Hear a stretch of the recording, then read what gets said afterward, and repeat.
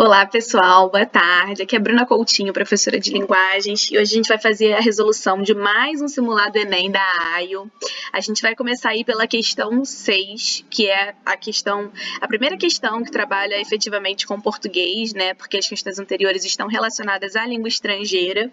Eu imagino que vocês já tenham feito simulado, já tenham marcado as respostas de vocês. O objetivo aqui, então, vai ser conferir os gabaritos, entender por que cada resposta é cada resposta e também pensar nos principais tópicos cobrados na prova de linguagens do Enem, que está se aproximando. A gente sabe que é uma prova que costuma ser reincidente, né, no sentido de cobrar conteúdos que se repetem todos os anos. Então, a gente vai trabalhar em cima disso e fazer com calma, com atenção, cada uma dessas questões para vocês entenderem esses gabaritos, beleza? Então, uma dica que eu sempre dou é que vocês comecem sempre a leitura pelo enunciado e pelas opções de resposta, porque assim vocês conseguem fazer um olhar para o texto mais direcionado, né, mais focado para aquela informação que vocês precisam efetivamente na realização da questão. E aqui, até por uma questão de poupar o nosso tempo, eu não vou ler os textos por inteiro com vocês, né? Uma objetiva vai ser sempre apontar no texto aonde estaria a resposta da questão, ou em alguns casos vocês vão perceber que a gente não vai nem precisar ler o texto efetivamente para chegar ao gabarito, beleza? E dessa forma a gente consegue otimizar o tempo, que é uma coisa muito valiosa, né? A gente sabe que é super importante essa gestão de tempo aí para a melhor realização possível de uma prova, de qualquer prova de vestibular, mas do Enem principalmente. Então, essas são algumas dicas que eu gosto sempre de dar para vocês no início da resolução de questões.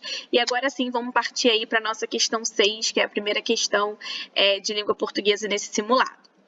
O enunciado diz o seguinte: considerando o contexto histórico e social em que a música foi produzida, a principal temática abordada na letra é o ou a luta dos trabalhadores rurais pela reforma agrária, êxodo rural e urbanização acelerada das cidades brasileiras, vida nas favelas e criminalidade associada ao tráfico de drogas, movimento estudantil e resistência à ditadura militar, exploração do trabalho infantil nas grandes metrópoles. Gente, o texto que aparece aí é o Meu Guri, né, que é um texto que conta a história de um menino que nasceu ali em um contexto de fome, um contexto que está relacionado à pobreza, à miséria, e que cresce e vai trabalhar. E aí, ao ir trabalhar, esse menino, ele aparece, eu vou subir aqui um pouquinho o texto, né, para a gente conseguir ver isso melhor. Ele aparece já trabalhando no seguinte contexto. Opa, perdão que tirei da tela inteira. Chega suado e veloz do batente, traz sempre um presente para me encabular. Tanta corrente de ouro, seu moço, que haja pescoço para enfiar. Me trouxe uma bolsa já com tudo dentro, chave, caderneta, terço e patuá, um lenço e uma penca de documentos. Então percebam, né, que ele está trabalhando em um contexto que está relacionado a correntes de ouro, a uma certa ostentação, a presentear, né, alguém que presenteia ali a pessoa, que provavelmente é o seu pai, é a sua mãe. E aí, mais abaixo, ainda fala, né, ainda tem um trecho aí que evidencia ainda mais essa resposta pra gente, que é o seguinte: chega no morro com carregamento, pulseira, cimento, relógio, pneu, gravador, rezo até ele chegar cá no alto. Essas ondas de assalto tá um horror. Ou seja, a gente percebe com a leitura, principalmente, né, do texto inteiro, mas desses fragmentos, que nada tem a ver, não tem relação com a luta dos trabalhadores rurais, nem com o êxodo rural, nem com o movimento estudantil, nem com a exploração do trabalho infantil. O foco nesse texto, né, é a vida de um menino que cresceu e que foi trabalhar, né, que se envolveu com crime, com tráfico de drogas. Por isso que o gabarito seria a letra C, vida nas favelas e criminalidade associada ao tráfico de drogas. Beleza? Já partindo para a questão seguinte, que é a questão 7, a gente tem aí um enunciado que fala sobre o recurso literário utilizado no texto para criar um tom de suspense ao final. Então, a gente já sabe que não precisa ler o texto inteiro, a gente precisa focar no final.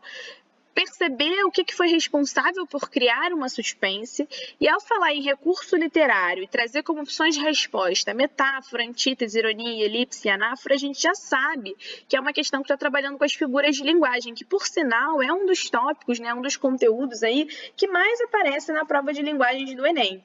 Então, recuperando rapidinho, a metáfora é uma comparação indireta, né, uma comparação implícita, a antítese é a oposição de ideias, a ironia, quando você fala o contrário do que você realmente pensa. A elipse é a omissão de um termo que, pelo contexto, pode ser subentendido, e a anáfora é a repetição intencional de uma palavra ou de palavras no início dos versos ou das frases. Se a gente observa aí o final desse texto, diz o seguinte: pois às 4 em ponto, a pomba pontualíssima pousava pensativamente no beiral. O pombo não.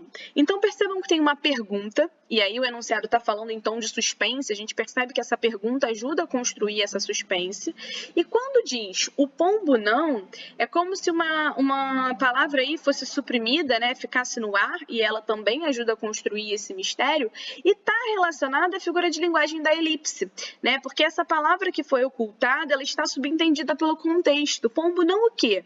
O pombo não pousava, né? Então, é isso aí que vai garantir, como sendo o gabarito a letra D. Talvez a gente pudesse até pensar na antítese, né? Porque fala que a pomba pousava e o pombo não pousava, então existe sim uma oposição de ideias, mas não é isso que vai gerar o suspense no final do texto, que, como eu disse a você, está relacionado à pergunta, está relacionado a essa frase com uma palavra interrompida, né? O pombo não. Isso, na verdade, é construído pela elipse. Então, o gabarito é letra D de dado, ok? A gente segue aí para a próxima questão, que já vai falar sobre pintura rupestre.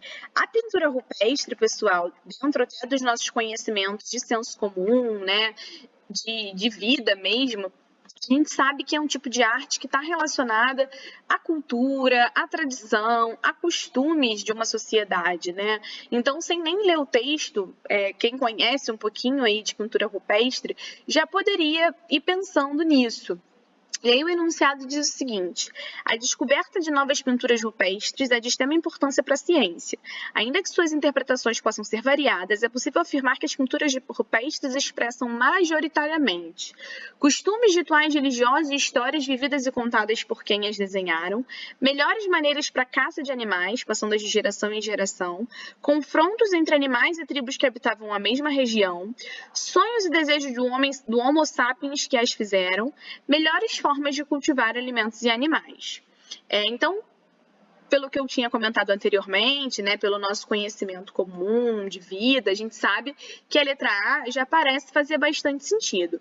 Para confirmar isso, né, seria interessante que a gente voltasse no texto e ali na parte final essa resposta se ratifica, né? Porque diz o seguinte: o desenho pode parecer bastante aleatório aos olhos de um ser humano contemporâneo, mas é impossível especular o que ele significou para quem viveu na época.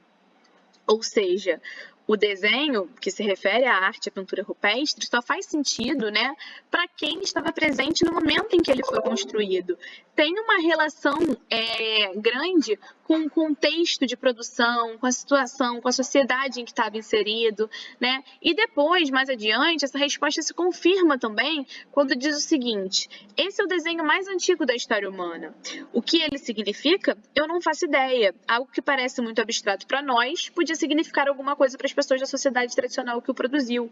Ou seja, mais uma confirmação de que tem relações com os costumes, com as tradições, com os hábitos, né, da sociedade em que foram produzidos. Então, gabarito aí dessa questão, letra A. Beleza? E aí a gente já pode seguir para a próxima questão, que tem um texto cujo título é A Relação entre Verdade e Justiça, ok? E o enunciado, ele vai falar sobre justamente qual é a análise da função da linguagem presente nesse texto, qual é o teor que predomina, se é a descrição das instituições judiciárias e científicas, a narração da história sobre a relação entre verdade e justiça, um argumento sobre a incongruência entre a prática da justiça e o enunciado da verdade, a informação sobre os pressupostos do discurso judiciário e político, ou a instrução do leitor sobre as regras de formação dos discursos científicos. Percebam que nessa questão, as tipologias textuais estão em evidência. Inclusive, anotem aí, né? Porque tipologias textuais também é um tópico que sempre aparece na prova de linguagens do Enem. A gente sabe, né, que na língua portuguesa, os principais traços textuais estão relacionados à descrição, narração, argumentação, exposição ou instrução, também chamada de injunção. Então, entender o tipo de texto que a gente tem aqui e principalmente qual é a concepção, né, o posicionamento, a perspectiva adotada pelo autor desse texto, vai nos ajudar a chegar ao gabarito dessa questão. E aí, fazendo a leitura, a gente já percebe o seguinte: gostaria de me deter um instante na relação verdade e justiça, porque, claro, é um dos temas fundamentais da filosofia ocidental. Afinal de contas, um dos pressupostos mais imediatos e mais radicais de todo o discurso judiciário político crítico é o de que existe uma pertinência essencial entre o enunciado da verdade e a prática da justiça. Então, ele está reconhecendo aí que, para o senso comum, existe uma relação, uma compatibilidade entre a verdade e a prática da justiça. Ora, acontece que no ponto em que vem ancorar-se a instituição destinada a administrar a justiça de um lado e as instituições qualificadas para enunciar a verdade de outro, então percebam que ao trazer esse ora, essa marca aí no discurso, ele está trazendo um contraponto, né? Uma oposição a essa informação anteriormente mencionada. E aí ele diz: sendo mais breve, no ponto em que se encontram um tribunal e um cientista, onde se cruzam a instituição judiciária e o saber médico ou científico em geral, nesse ponto são formulados os enunciados que possuem o estatuto de discursos verdadeiros, que detêm efeitos judiciários consideráveis e que têm, no entanto, a curiosa propriedade de serem alheios a todas as regras, mesmo as mais elementares de formação. 2. Discursos científicos, de serem alheios também às regras do direito e de serem, no sentido estrito, grotescos. Ou seja, percebam aí que ele está concluindo esse texto se opondo àquela ideia inicial de que existia uma relação entre justiça e verdade e confirmando aqui, né, que hoje os enunciados que possuem o estatuto de discurso verdadeiros, ou seja, que são vistos como verdade, se colocam de maneira alheia às regras, alheia aos discursos científicos, às regras do direito, ou seja, ele está se manifestando. Percebam também que é um texto do Foucault, né, que é um filósofo que tem uma forte relação com a argumentação. Então, assim, a gente percebe que é um texto de teor argumentativo, em que o autor coloca o seu posicionamento, seu ponto de vista, e ele está percebendo, ele está concluindo que existe uma incompatibilidade, uma divergência, né, ou seja, uma incongruência, como o enunciado propõe, entre a prática da justiça e a verdade. Por isso que o gabarito seria letra C de casa, ok? E aí a gente já parte para a 10ª questão, que é um texto mais curtinho, da Marta Medeiros, e que traz como enunciado foco na função da linguagem predominante no texto, né? E aí diz que a autora utiliza-se da expressão não saber repetidamente para demonstrar alegria e contentamento, expressar confusão e tristeza. Só um minuto, gente, que eu acabei tirando aqui da tela, já estou retornando.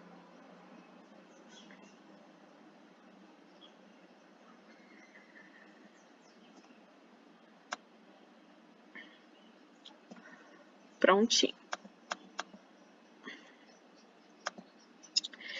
Indicar surpresa e admiração, comunicar raiva e frustração ou transmitir indiferença e apatia. Percebam primeiro que o enunciado ele fala em função da linguagem, que também é um conteúdo, né, que sempre aparece na prova de linguagens do Enem.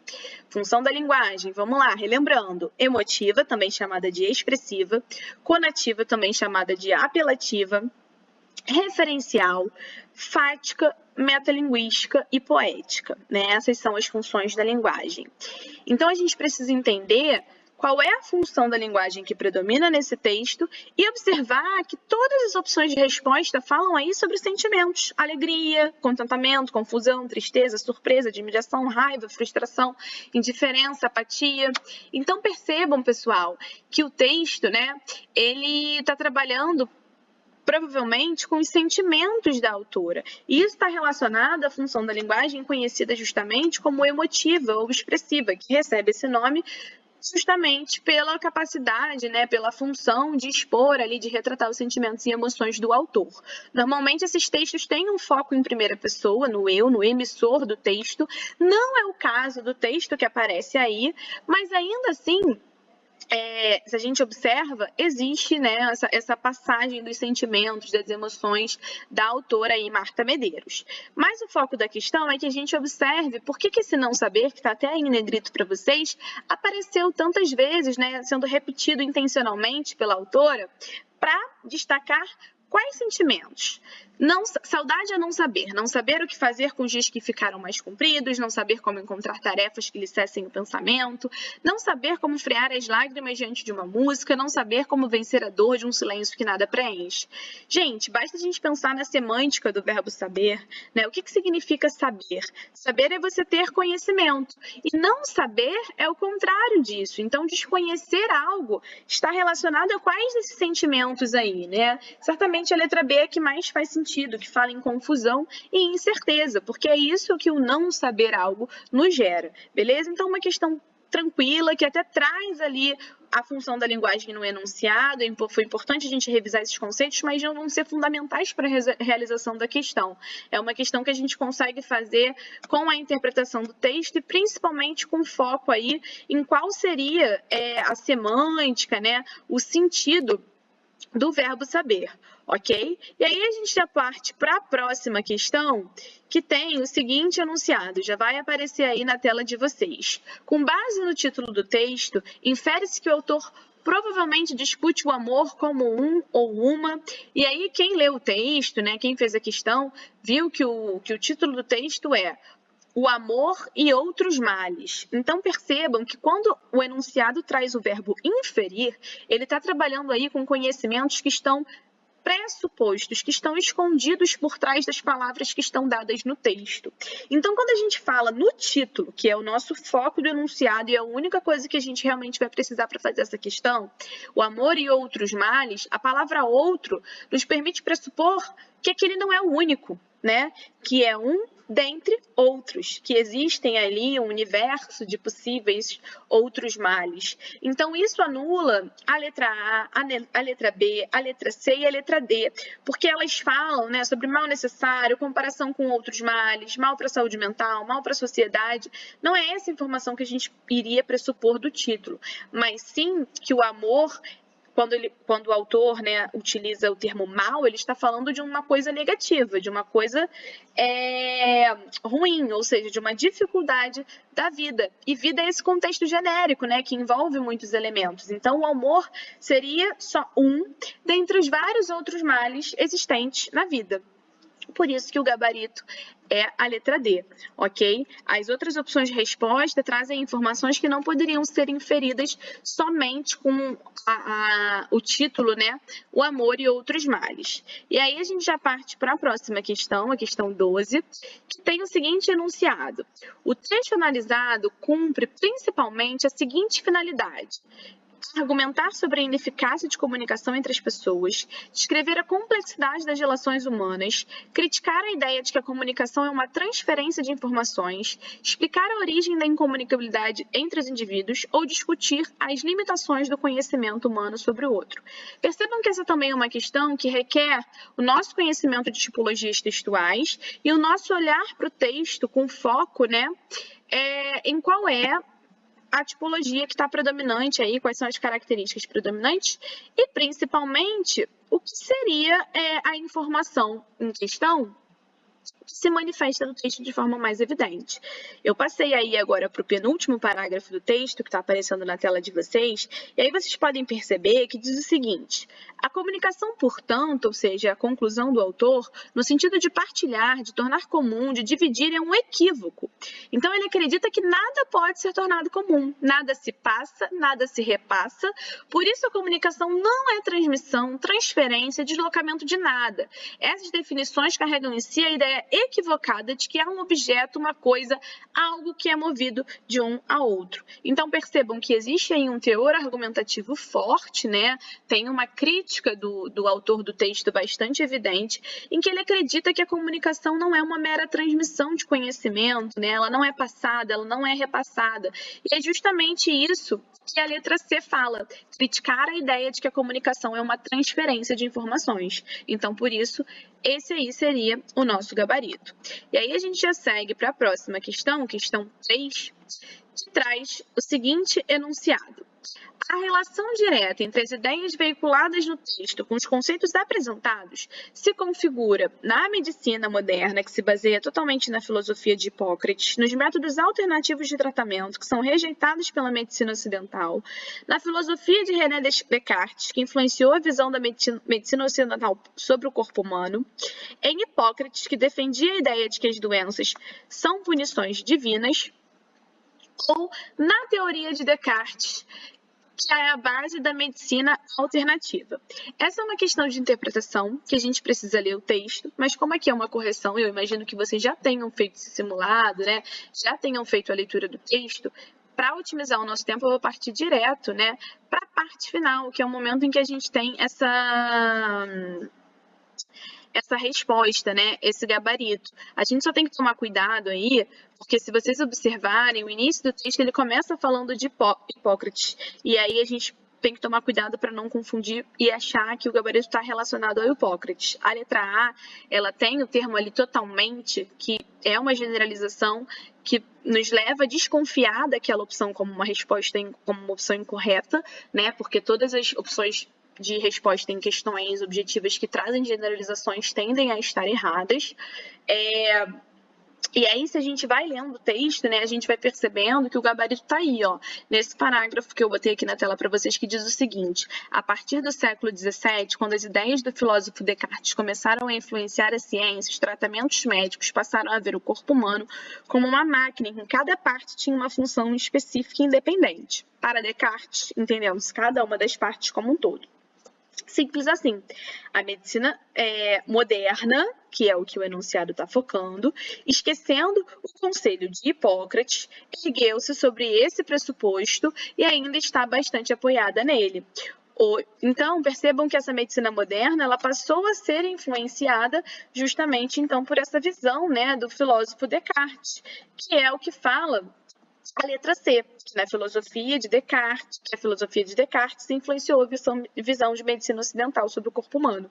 Por isso que esse seria o gabarito da nossa questão.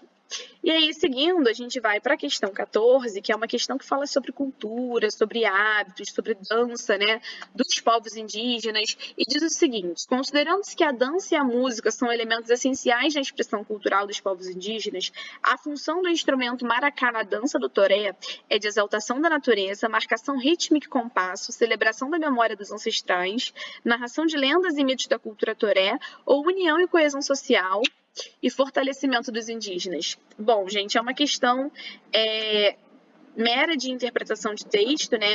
É um texto até curtinho. E logo no início do texto, a resposta já aparece pra gente quando diz o seguinte: a dança do toré apresenta variações de rimas e toadas, dependendo de cada povo.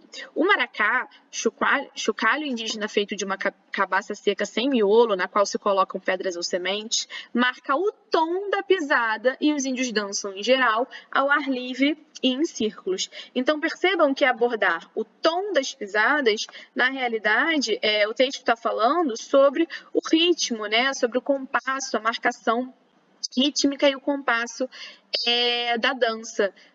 se a gente for lendo o texto também, a gente vai percebendo que não há nenhuma menção à exaltação da natureza, celebração da memória dos ancestrais, narração das lendas, união e coesão e fortalecimento dos indígenas, não relacionada ao instrumento, né? Muito menos relacionada ao instrumento. Então, o gabarito dessa questão é letra B. E para fechar essa nossa primeira sequência de questões, a gente vai agora para a questão 15. É um texto sobre AIDS, um texto que traz aí bastante informação sobre o combate à AIDS. E o enunciado diz o seguinte: considerando as informações apresentadas no texto, um dos principais desafios enfrentados pelo Brasil no combate à AIDS é a falta de tratamento adequado para as pessoas soropositivas, aumento de novas infecções e falha na comunicação com os jovens, desrespeito aos direitos humanos e falta de direitos hospitalares, ausência de campanhas de prevenção e negligência dos poderes executivos, falta de médicos capacitados e a demora na implementação da profilaxia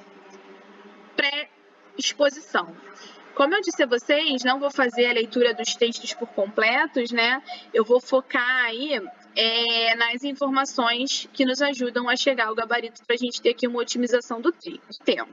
E aí, se vocês perceberem, lá no texto, nessa parte que eu direcionei agora, diz o seguinte: o Brasil está testemunhando um aumento de novas infecções que cresceram 11% entre 2005 e 2013, indo de encontro à média global que apresenta queda.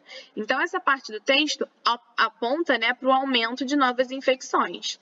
Além disso, um pouco mais abaixo, o texto também traz a informação de que estamos diante do aumento de casos entre jovens na faixa etária de 15 a 24 anos, dado que, por si só, comprova que as políticas de combate à AIDS estão falhando na comunicação com esse segmento. Ou seja, essa parte já comprova que a comunicação com os jovens a respeito desse tema está ineficaz, não está funcionando. E aí, se a gente observa, né, a letra B de bola, a gente vê que ela fala justamente desses pontos, do aumento de novas infecções e da falha na comunicação com os jovens, por isso seria o nosso gabarito.